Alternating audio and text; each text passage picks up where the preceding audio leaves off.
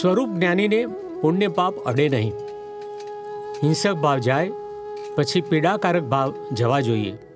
ઊંચી નાતના હિંસક ભાવ જતા રહ્યા છે અને પીડાકારક ભાવ રહ્યા છે. આખો દાડો કશાઓ કરે છે એ જવા જોઈએ. દાદા ભગવાન જ્ઞાની પુરુષ દાદા ભગવાન હિંસા અને અહિંસા વચ્ચેના સૂક્ષ્મ ભેદો સમજાવતા કહે છે કે શુદ્ધાત્મા ભાવમાં હિંસા હોય જ નહીં. કરવાનું કશું જ ના હોય ને. આચાર સંહિતાની દ્રષ્ટિએ પણ દોષ ના કહેવાય.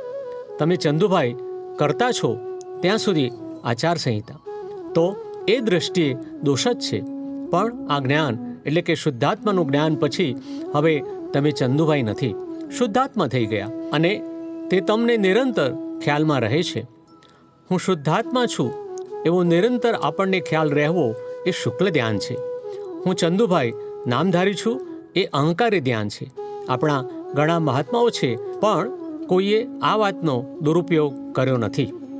આમ ઘણા પૂછે કે મેં ધંધો હિંસક ભાવવાળો બંધ કરી દઈએ.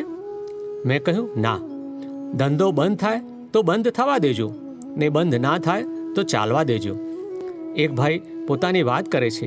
પહેલાં જંતુનાશક દવાઓનો ધંધો કરતા હતા પણ એ સમજ નહોતી કે આ કર્મના હિસાબે આવ્યો છે તો શો વાંધો. કર્મના હિસાબમાં જે હતું તે આવ્યું ને.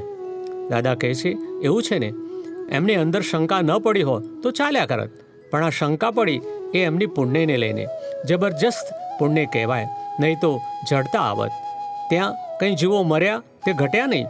તમારા જીવો મય મરી જાય છે ને જડતા આવે. જાગૃતિ બંધ થઈ જાય, ડલ એટલે કે નિષ્ક્રિય થઈ જાય. એટલે કેટલું બધું પાપ હોય ત્યારે હિંસાવાળો ધંધો હાથમાં આવે. આ હિંસક ધંધામાંથી છૂટી જાય તો ઉત્તમ કહેવાય. બીજા ઘણા ધંધા હોય છે. દિવ્ય દેશના જેટલું અહિંસાત્મક વલણ એટલી બુદ્ધિ ઊંચી જાય. 2/134 દાદા ભગવાન.